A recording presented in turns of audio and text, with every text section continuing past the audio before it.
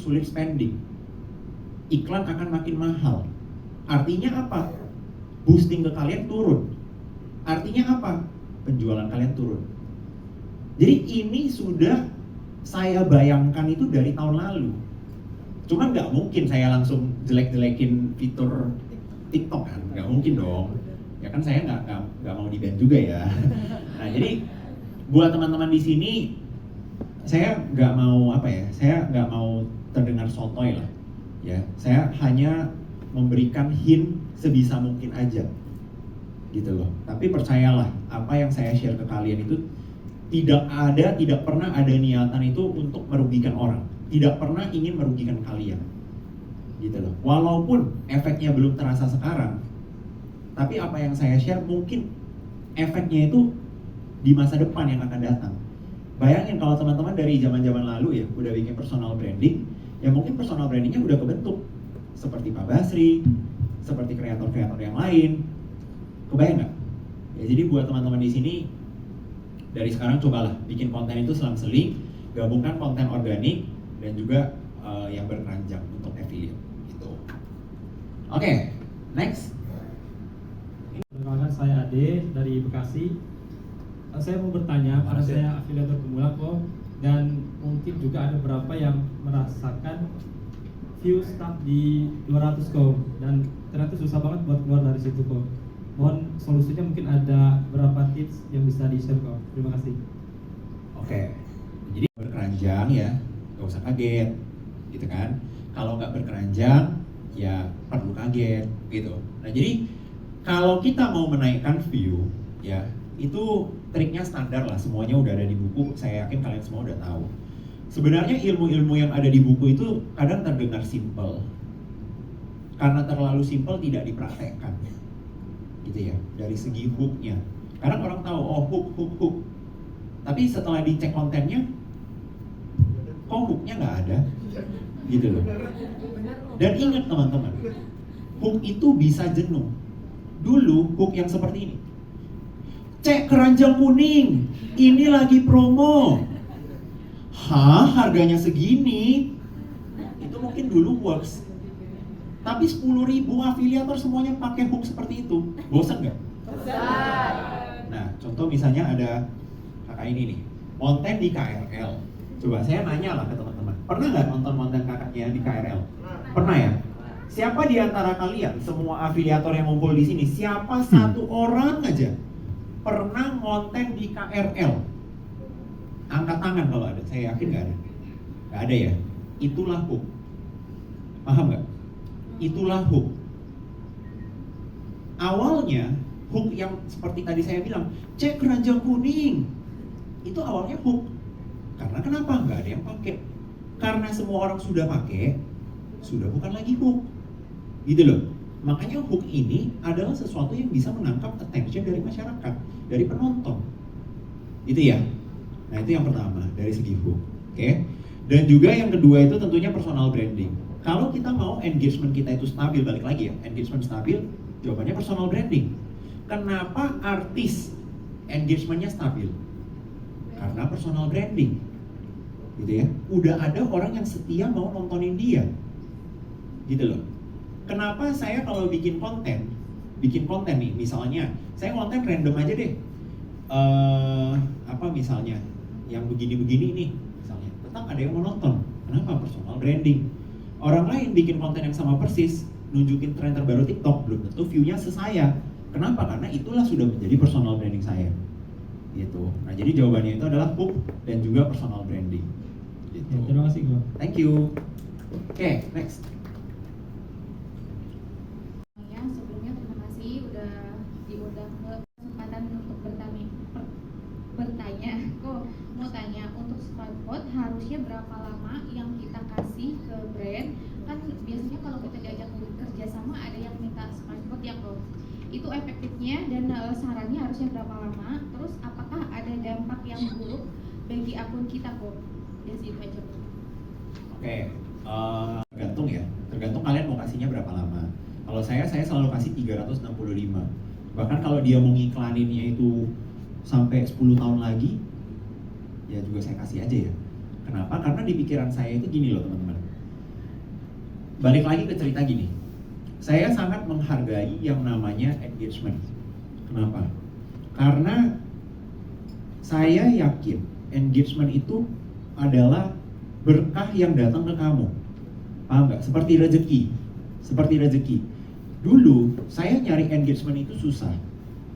Saya harus terbang dari Medan ke Jakarta. Jakarta balik lagi ke Medan. Di Medan beberapa hari hanya untuk datang satu event, setelah itu pulang lagi ke Medan. Tiket datang 2 juta, tiket pulang 2 juta. Belum tentu dikasih uang 2 juta sama brand. Boncoslah saya. Tapi itu saya lakukan demi apa? Demi engagement. Ketika ada brand yang mau ngiklanin konten saya dapat engagement. Artinya apa? Pikiran saya nih ya. Ini mungkin kalian menganggap pikiran ini idenya ini ide bego gitu. Cuman logika dasar saya itu begini. Saya bayangin kalau misalnya ada yang mau pasang muka saya di baliho ya, di Sudirman ya, di SCBD muncul muka saya nggak usah bayar balihonya. Saya mau nggak? Mau, gitu loh. Saya mau. Nah, itulah logikanya kira-kira yang saya bayangin. Kalau brand bayarin iklan, kita muncul muka kita, itu kan sebenarnya memang iklan untuk mereka, tapi secara nggak langsung iklan untuk kita. Benar nggak? Kenapa? Konten kita masuk ke jutaan orang. Tidak menutup kemungkinan KOL spesialis brand lain lihat. Akhirnya mereka ajak kita kerjasama. Nah itulah logika saya ya. Kenapa memberikan yang namanya smart quote lah atau share iklan lah ya buat brand. Terus yang kedua dampak ya. Dari segi dampak menurut saya tidak ada ya. Menurut saya tidak ada. Karena kalau berdampak buruk mah banyak kreator-kreator besar sekarang ya, afiliator yang kalian lihat live-nya mungkin puluhan ribu, kalian kira itu puluhan ribu kagak ditembakin iklan. Coba, kalian kira penonton bisa puluhan ribu itu tidak ditembakin iklan sepeser pun? Itu tembakan iklannya itu besar banget teman-teman. Bahkan di angka yang nggak mungkin saya bisa ngeluarin biaya seperti itu untuk live saya sendiri. Nah, jadi buat teman-teman di sini, inilah yang mau saya share ke kalian. Fokusnya itu bukan kalian yang spending iklan. Kalian udah bikin konten. Kalian udah munculin muka kalian. Bikinlah konten yang bagus. Biarkan brand yang menghargai karya kalian dengan iklan ataupun bayar endorse ataupun komisi. Gitu. Oke? Next.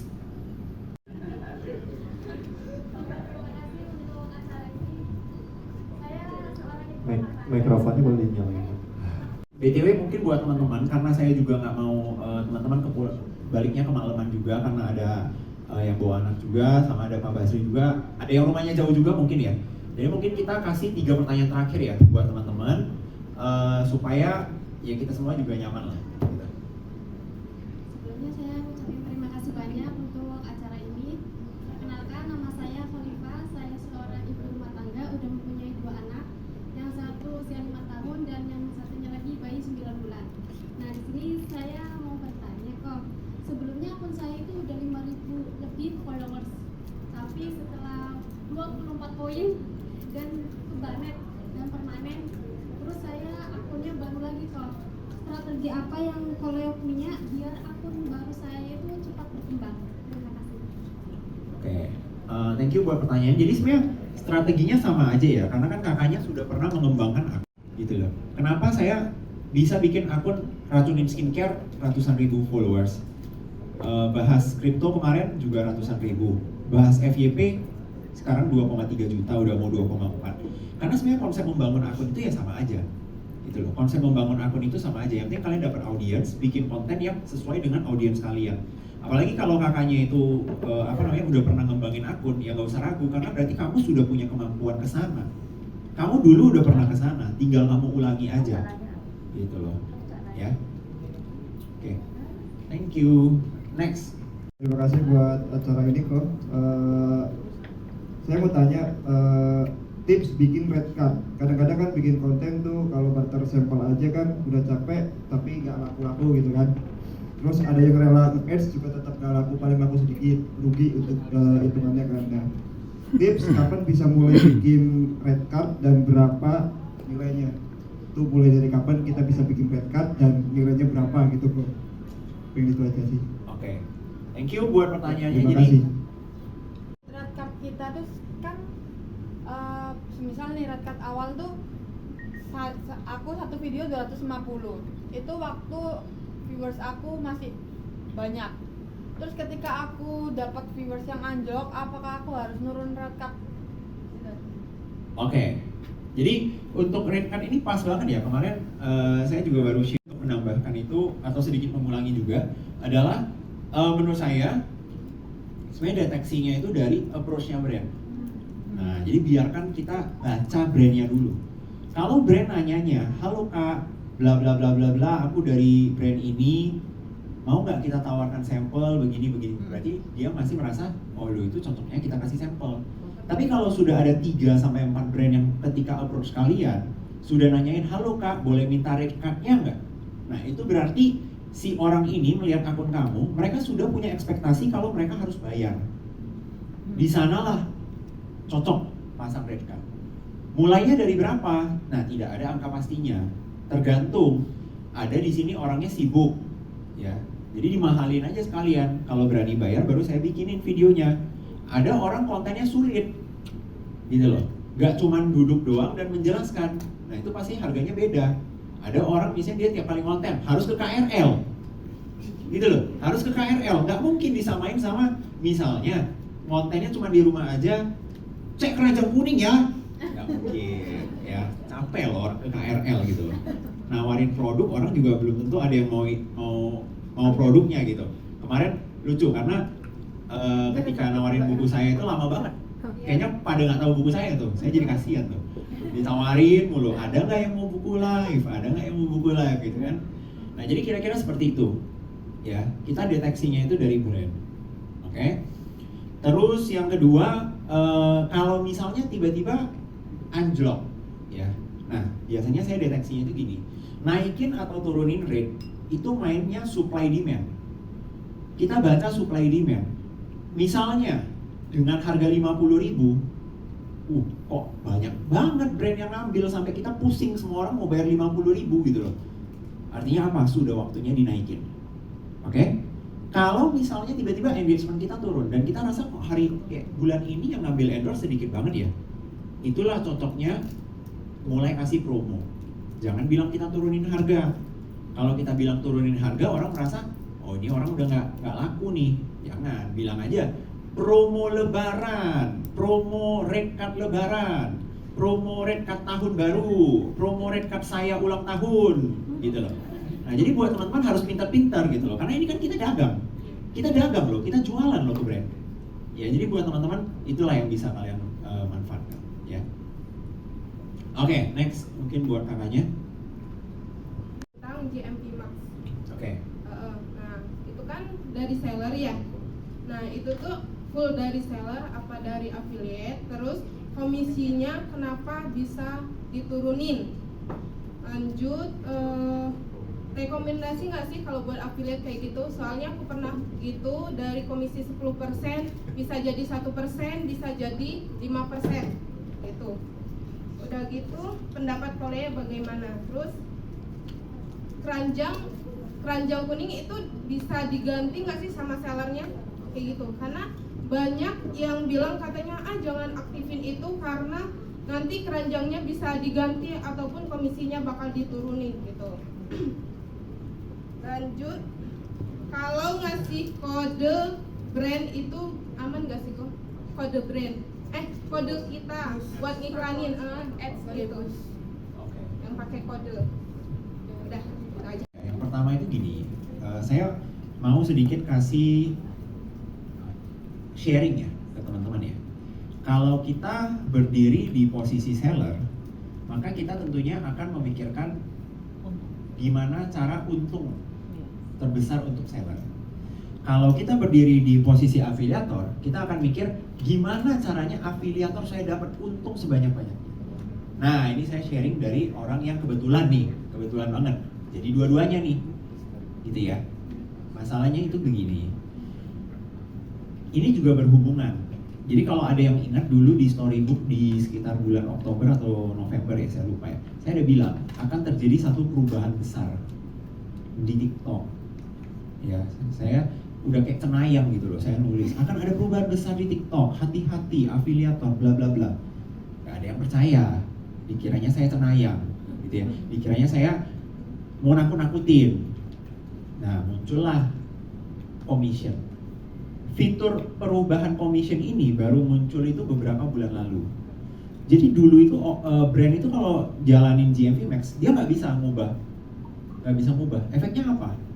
Banyak brand boncos. Paham nggak? Banyak brand boncos. Bayangin, brand itu bayar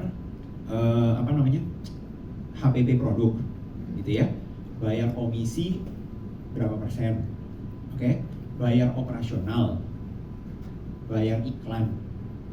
Di atas itu harus bayar lagi komisi tiap kali penjualan, admin fee lagi, gitu ya. Akhirnya apa?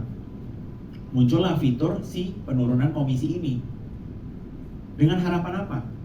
Dengan harapan kalau bisa brand itu jangan sampai stop iklan. Karena kalau brand itu benar-benar sampai stop iklan, yang rugi semua orang, bahkan afiliator juga rugi. Benar nggak? Tiba-tiba nih konten kalian nggak lagi diiklanin, nggak naik, penjualan 0. Mau komisinya tetap di 10% pun nggak ada penjualan, kan gitu ya.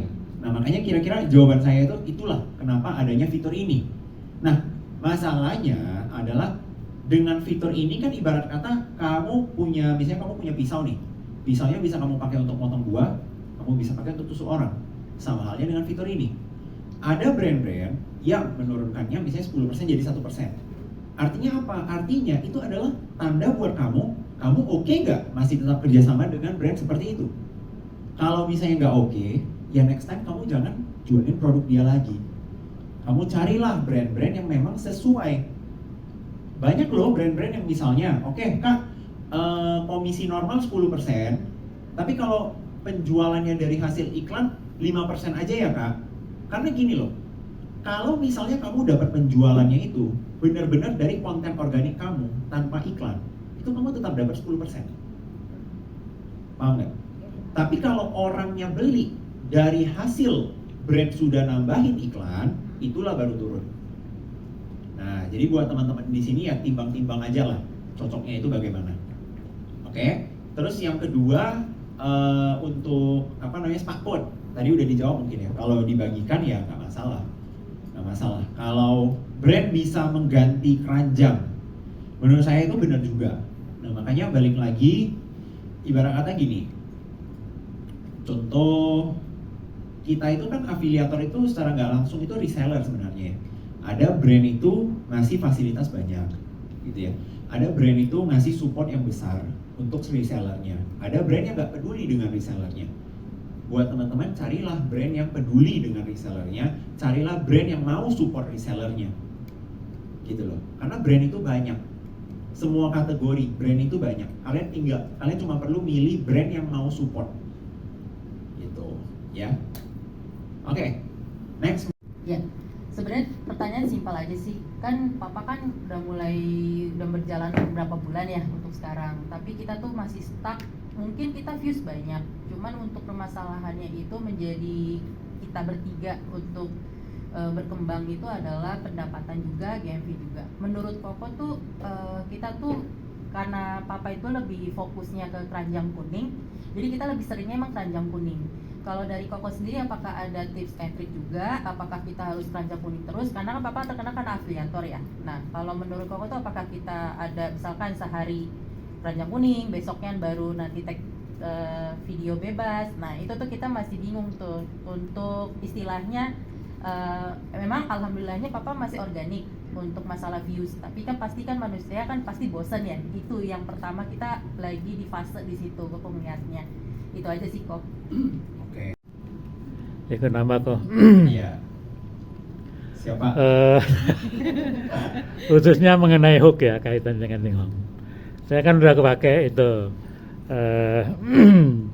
Saya selalu Bapak Ibu gitu kan.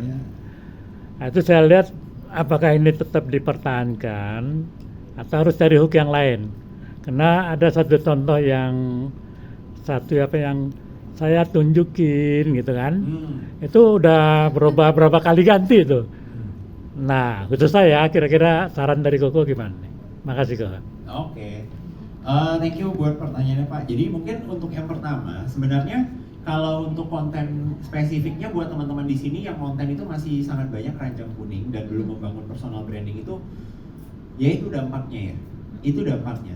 Karena orang itu beli produk sama kita itu karena kenal dengan kitanya, percaya dengan kitanya. Gitu ya. Nah, tidak bisa disamakan balik lagi ke masa-masa GMV Max-nya itu lagi ngacir banget ya. Iya. Dan brand masih belum bisa menurunkan rate komisi ya. Nah, karena itu ya memang hanya momentum doang. Gitu ya. Nah, menurut saya dari sekarang itu bangun personal branding. Mungkin kalau Kak Salma ingat ya, ketika pertama kali kita ngobrol ya, aku sempat saranin juga mungkin Pak Basri bisa bikin konten-konten seperti A Day in My Life, gitu ya, konten-konten kegiatan atau konten-konten lain lah yang dalam bentuk mungkin edukasi atau mungkin sharing sisi dari Pak Basrinya itu siapa loh, gitu loh. Pak Basrinya itu dulu perjuangannya bagaimana? Ibarat kata memperkenalkan ini loh Pak Basri. Ternyata Pak Basri itu bukan cuma sosok jualan gitu loh di TikTok. Nah jadi mungkin itu bisa dilakukan. Ya jadi ada konten keranjang, ada konten non keranjangnya. Dan mungkin untuk menjawab pertanyaan Pak Basri, apakah hook ya atau opening yang lagi dipakai sekarang itu bisa terus dipakai? Jawabannya itu bisa, dan bisa juga kalian testing juga ya. Contoh misalnya ya, teman-teman di sini, misalnya Pak Basri deh, apa tadi? Selamat Sehat selalu Bapak Ibu. Ya, sehat selalu Bapak Ibu. Nah, itu mungkin di satu konten. Next konten misalnya apa ya? Misalnya pagi hari dengan Pak Basri misalnya. Dan tiap paginya bikin konten pagi hari dengan Pak Basri. Apabila konten ini naik, ya berarti sudah bisa ada 2 angle konten yang dimainkan. Paham nggak? Nah, apabila nanti ternyata konten yang si pagi hari dengan Pak Basri ini lebih naik, ya mungkin ini bisa kedepannya lebih di-push ketimbang sehat selalu Bapak Ibu. Nah, tapi untuk sementara pastinya kita harus testing. Gak bisa yang langsung oke, besok banting setir, nggak mau lagi pakai sehat selalu Bapak Ibu. Gitu. Jadi di trial, angle itu di trial. Oke? Oke, makasih Koko. Oke, thank you. Thank you banget teman-teman buat pertanyaannya. Mungkin ini untuk yang terakhir ya sebelum penutup. Ada satu orang yang mau saya minta sharing sebentar ya ini teman-teman ya. Karena saya mau Mas Al ini ucapan terima kasih saya buat teman-teman ya. Karena saya tahu teman-teman datang ke sini itu mungkin punya challenge-nya masing-masing. Hari ini udah macet, hujan, ada yang tadi pagi baru dari airport, ada yang mungkin pas datang ke sini udah hektik banget, gitu ya. Jadi saya benar-benar berterima kasih banget buat kalian yang hari ini sudah berkenan hadir. Tapi kebetulan nih, Mas Al ini kemarin malam pas banget sebelum datang itu ada kejadian. Nah, jadi mungkin untuk mewakili cerita-cerita teman-teman yang berjuang datang ke sini, kita kasih Mas Al untuk mewakili. Mas Al, boleh ceritain nggak perjuangannya datang ke sini itu bagaimana tuh? Halo, assalamualaikum warahmatullahi wabarakatuh. Perkenalkan, nama saya Aldi Wiranata Kusuma. Saya domisili di Jawa Timur, lebih tepatnya di daerah Lamongan. Kemarin saya waktu dalam perjalanan ke sini itu ada kendala. Itu mungkin kalau menurut saya sih miskomunikasi aja ya. Atau mungkin saya sendiri yang kurang tahu karena belum pernah naik kereta. Nah, dulu katanya petugas kereta itu keretanya itu udah berangkat dari jam 8. Sedangkan info yang saya dapat dari aplikasi Akses KAI, nah itu di jam 9 lebih 16. Nah, di jam setengah 9 itu saya udah datang ke sana sih. Cuman kok belum ada panggilan sama sekali sampai jam 9.16 lebih. Saya konfirmasi lagi nih ke petugasnya. Saya konfirmasi lagi, saya tanya ke pihak security. Kak, untuk gerbong yang ini gimana? Saya tunjukkan tiket saya, katanya udah berangkat dari jam 8. Nah, berhubung saya dapat informasinya di jam 9, kan saya datangnya jam setengah 8, otomatis sebelum jam keberangkatan. Sebelum jam keberangkatan saya udah nyampe sana, ternyata jam 8 itu udah berangkat. Katanya nggak tahu atau sistemnya yang kayak gitu.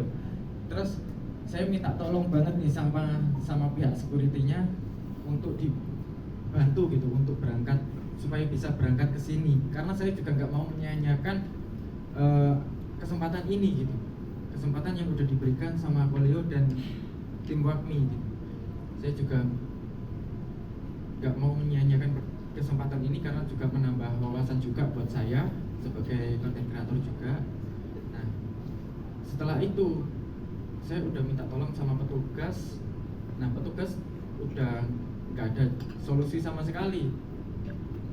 Setelah itu aku udah putus asa banget sih, waduh ini gimana nih, udah saya kesini kan untuk gak apa-apa iya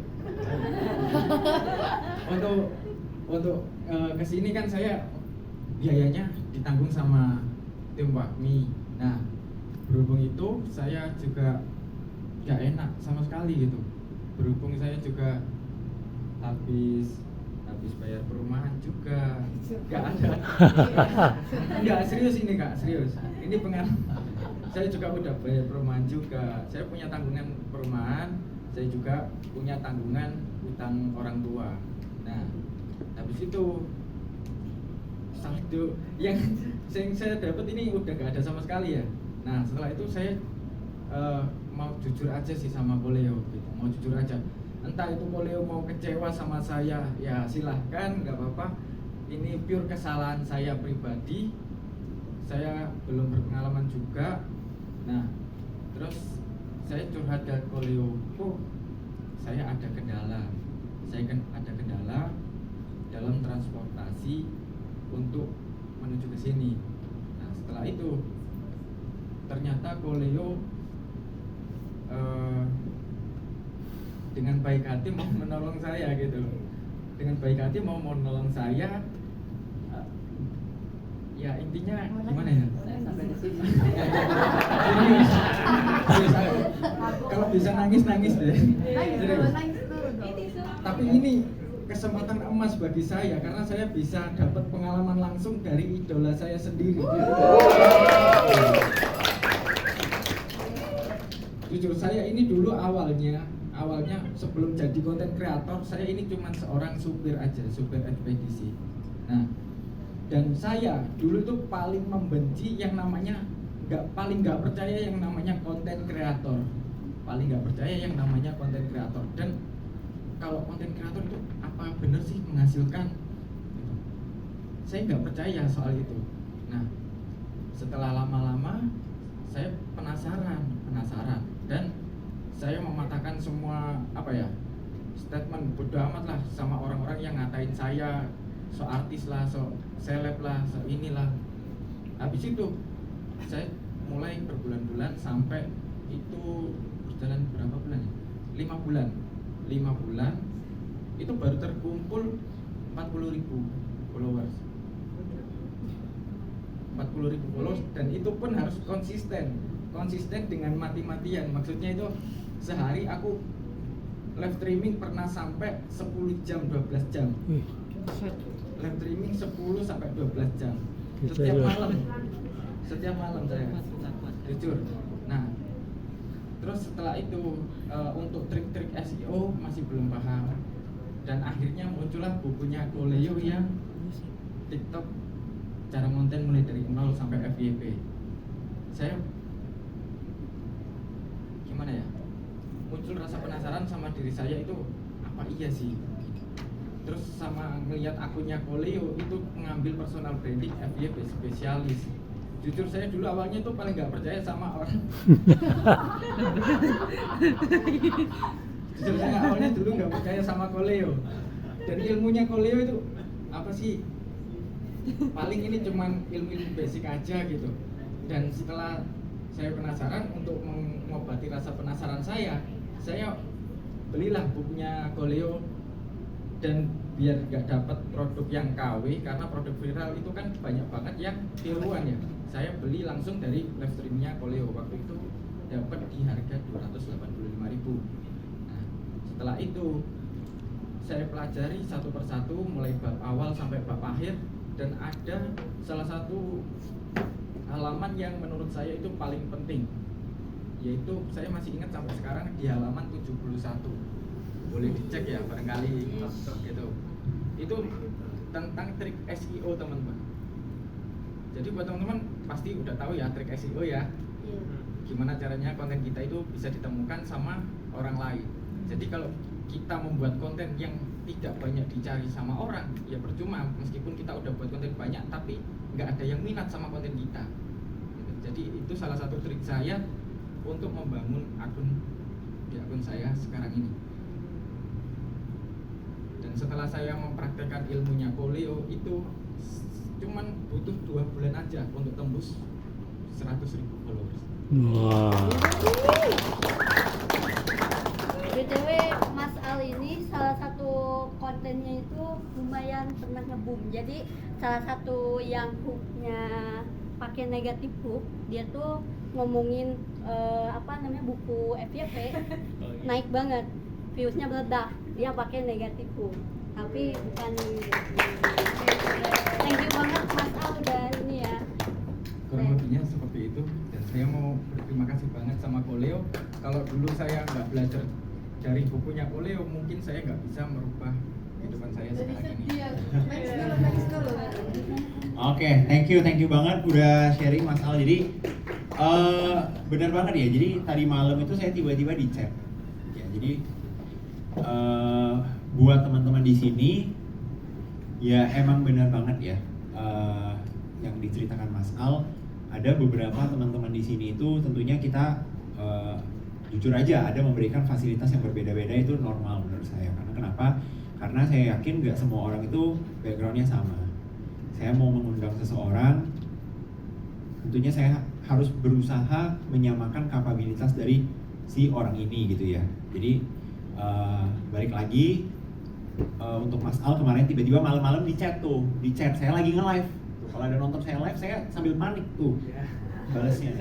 Gimana nih ini orang nggak datang nih besok. Nah, jadi akhirnya ya udah, yang penting hari ini kita semua happy lah Mas Al hari ini bisa nyampe di sini. Dan mungkin untuk penutup buat teman-teman, jujur ini acara pertama saya, ya.